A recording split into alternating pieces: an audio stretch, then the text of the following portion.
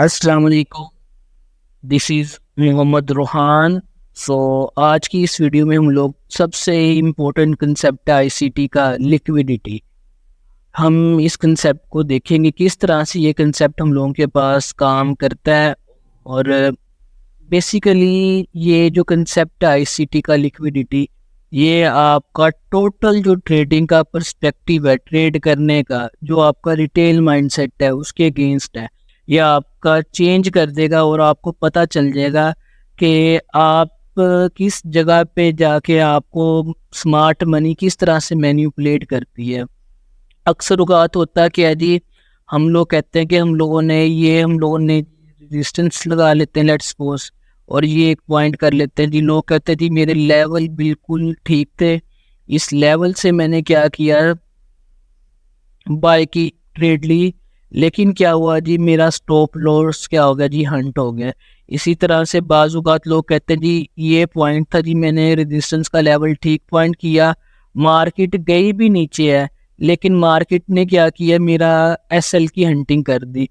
तो बेसिकली जब आप लिक्विडिटी के कंसेप्ट को, लिक्विडिटी हंटिंग के बेसिकली कंसेप्ट को क्या कर लेंगे, मास्टर कर लेंगे, तो आपको कोई भी ऐसी मुश्किल फिर क्या आएगी जी, दोबारा से पेश नहीं आएगी। आप आसानी से क्या कर सकते हैं, स्मार्ट मनी के अकॉर्डिंगली क्या कर सकते हैं, ट्रेड कर सकते हैं।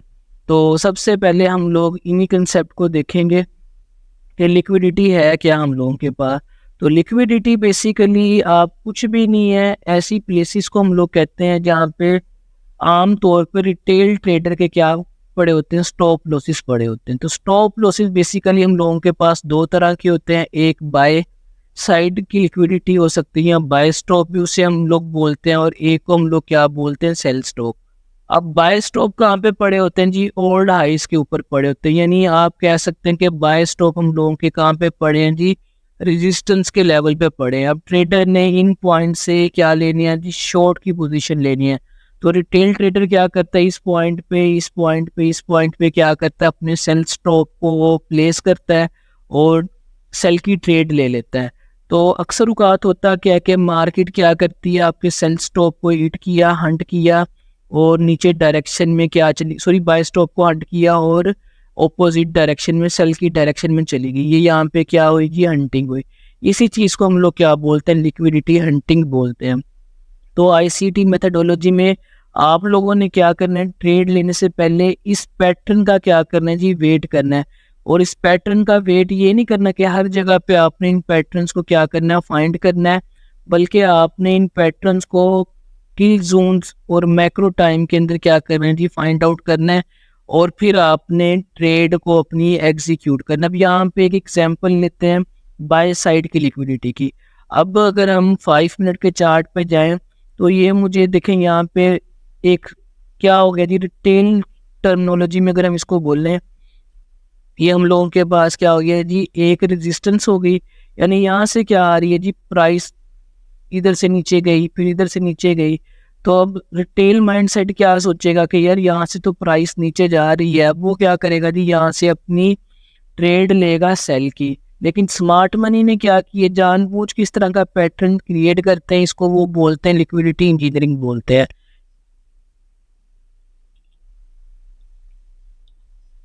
ताकि लोगों को लगे कि वाकई सपोर्ट और रेजिस्टेंस क्या करती हैं, काम करती हैं। एक दफ़ा काम किया, दूसरी दफ़ा किया, और तीसरी दफ़ा पे स्मार्ट मनी को पता था कि यहाँ पे इस पॉइंट से ऊपर क्या थे, जिन लोगों के इस प्लेस पे, इस प्लेस पे, इस प्लेस पे स्टॉप लॉसेस थे। स्मार्ट मनी ने एक विक बनाई, और विक बनाने के बाद प्राइस दोबारा क्या चली गई जी, डाउन चली गई, डायरेक्शन में चली गई। यानी बाय स्टॉप लोगों के हंट किए। बाय स्टॉप से क्या मुराद है, लोगों के वो ऑर्डर जो उन्होंने सेल की ट्रेड लेते वक्त प्लेस किए थे, ताकि अगर मार्केट बाय की डायरेक्शन में जाए तो क्या हो कि उनके कम से कम जो इक्विटी है वो इम्पेक्ट करे, और उनकी ट्रेड क्या हो जाए जी, फिनिश हो जाए। अब देखें हुआ क्या, स्मार्ट मनी ने ये रेजिस्टेंस का लेवल क्रिएट किया, रिटेल माइंडसेट को यकीन दिलाया कि यहाँ से प्राइस नीचे जाएगी। फिर उसने क्या किया, रिटेल माइंडसेट ने इस पॉइंट पे, इस पॉइंट पे, इस पॉइंट पे अपने स्टॉप लॉसेस प्लेस किए थे, इनको हंट किया, और स्मार्ट मनी दोबारा से सेल की डायरेक्शन में चली गई। यही वजह है कि लोग क्या कहते हैं कि जनाब हमारा तो लेवल बिल्कुल दुरुस्त है, लेकिन मार्केट हमारे स्टॉप लॉस को ईट करने के बाद एक ऑपोजिट डायरेक्शन में मूव करके चली गई है।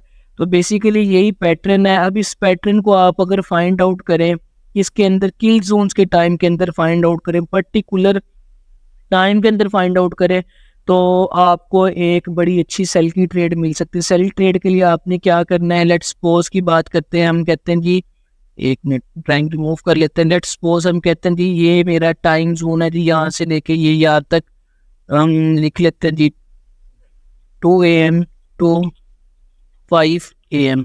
ये मेरा जी लंदन का किल जोन का टाइम है। अगर अब आपने यहाँ पे सेल की अपॉर्चुनिटी फाइंड आउट करें 2 AM से लेके 5 AM तक, किल जोन को हम नेक्स्ट डिटेल में देखेंगे। अब आपने अगर सेल की अपॉर्चुनिटी फाइंड करनी है, आप चेक करेंगे ओल्ड हाइस पे कहाँ पे लिक्विडिटी पड़ी है। अब वेट करेंगे किस चीज़ का, लिक्विडिटी के हंट होने का क्या करेंगे जी, वेट करेंगे। जैसे लिक्विडिटी हंट होगी, लिक्विडिटी हंट होने के बाद अगली किस चीज़ का वेट करेंगे, मार्केट के स्ट्रक्चर शिफ्ट का क्या करेंगे, वेट करेंगे। ठीक है, अब मार्केट ने इस जो लो पॉइंट है इसको क्या किया है, ब्रेक किया, इसका वेट करेंगे। इसके ब्रेक करने के बाद आप किसी भी पॉइंट पे, किसी भी प्लेस पे आप क्या कर सकते हैं, एंट्री ले सकते हैं, फेयर वैल्यू गैप के ऊपर, ब्रेकर ब्लॉक पे, ऑर्डर ब्लॉक पे। इन चीज़ों को हम नेक्स्ट देखेंगे।